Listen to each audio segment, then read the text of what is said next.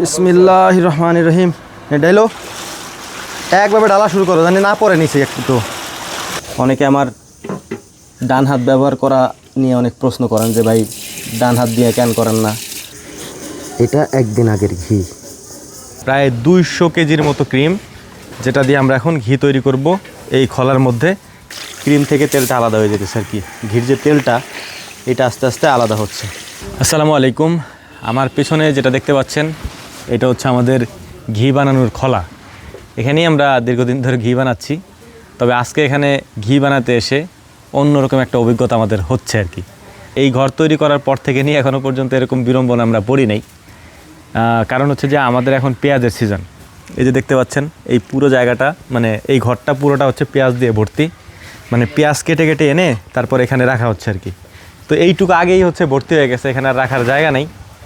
আর এইখানে হচ্ছে লাস্ট 2 দিনে হচ্ছে আমাদের জায়গা না থাকার কারণে আমাদের এই জায়গা দিয়ে হচ্ছে পেঁয়াজ রাখা হয়েছে, হ্যাঁ, কারণ যাতে শুকায় যায় আর কি। তো ওইটাই হচ্ছে ওরা ভরতেছে, কারণ আমাদেরকে এখন ঘি বানাইতে হবে। প্রায় 200 কেজির মতো ক্রিম, যেটা দিয়ে আমরা এখন ঘি তৈরি করব এই খলার মধ্যে।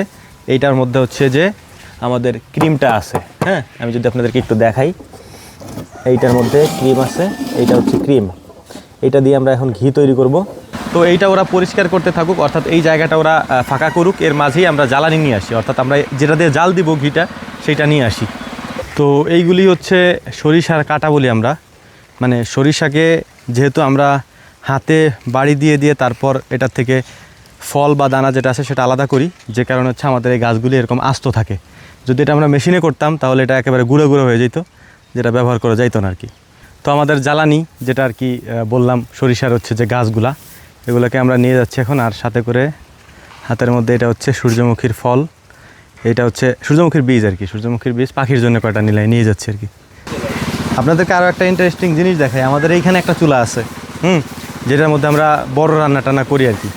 এই চুলাটার উপরে বস্তা দিয়ে, তার উপরে কাঠ দিয়ে, তারপরে এটাকে আটকায় এটার উপরে পেঁয়াজ রাখা হয়েছে জায়গার সংকটের কারণে।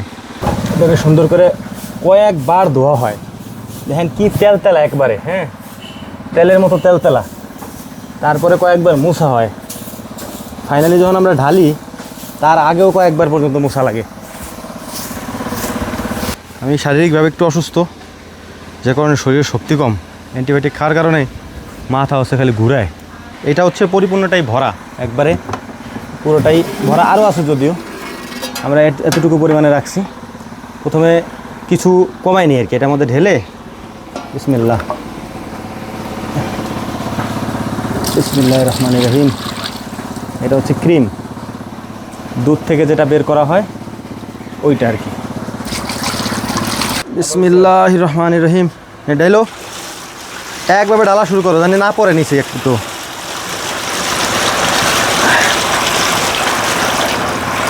যদিও শেষ হয় নাই, আরও আছে। যেহেতু 200 কেজি একসাথে আমরা ঢালতে পারবো না। তো এখন আমরা ফাইনালি আলহামদুলিল্লাহ চুলায় আগুন দিব। এটা লং প্রসেস, আপনারা জানেন, অনেক সময় লাগে আমাদের।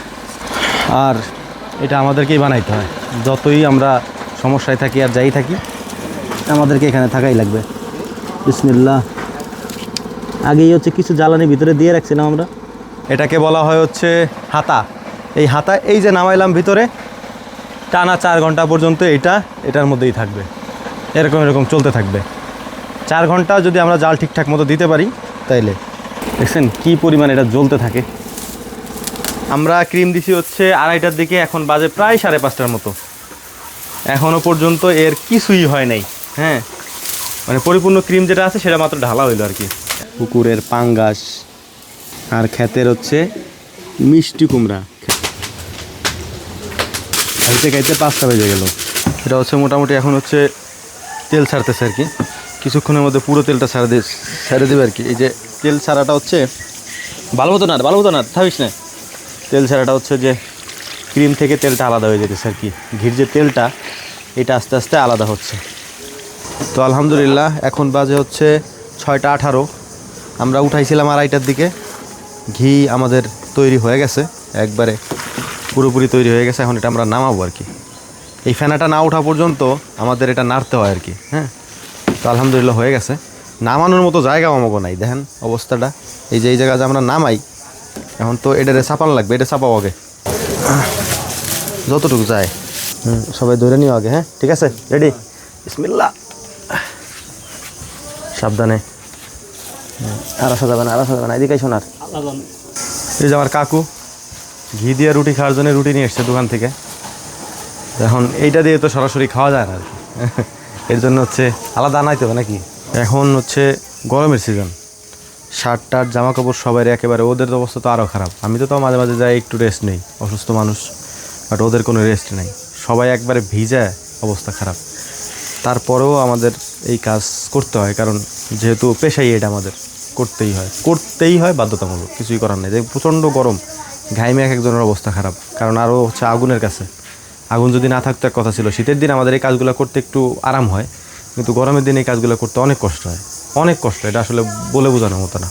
এত কষ্টের পরে যে তৈরি হয়েছে একবারে পিওর ঘি। এইটা তো হচ্ছে যে ফিল্টার করা না, এখন পর্যন্ত আমরা ফিল্টার করিনি, এখন এখান থেকে উঠাবো, তারপরে ফিল্টার করা হবে আর কি। কিন্তু এইটার অরিজিনাল যে ঘিটা হবে সেটা কেমন হবে সেটা আপনাদেরকে একটু দেখাই। এই যে দেখেন, এটা হচ্ছে গত একদিন আগে বা 2 দিন আগে বানানো আর কি, ফিল্টার হয়ে যাওয়া ঘি আর কি। এটা যদি আপনাদেরকে আমি একটু দেখাই, এটা একদিন আগের ঘি, এইটা আলহামদুলিল্লাহ সব ঘ্রাণ, তারপর স্বাদ, সব দিক দিয়ে ঠিকঠাক। দাও তোমার এই দাও, রুটি আনলাম, নাও খাও। আল্লাহ যে খাওয়াইলো, তুমি তারে বেশি বেশি ডিজেল আনা তৌফিক দান করো, যাতে আমরা একটু খেত খামারে পানি দেওয়ার পারি, আমিন। অনেকে আমার ডান হাত ব্যবহার করা নিয়ে অনেক প্রশ্ন করেন যে ভাই ডান হাত দিয়ে কেন করেন না। ভাই অনেকবার বলছি, এই কথা বলতে এখন নিজের কাছে হীনমন্যতা কাজ করে আর কি। আমার ডান হাতে একটু সমস্যা, আপনারা অনেকেই জানেন। সো আমি ডান হাত কম ব্যবহার করি, এই জন্য বাম হাত দিয়ে ব্যবহার করি আর কি। ডান হাতের তুলনায় বাম হাতটা আমার বেশি কাজে লাগে আর কি।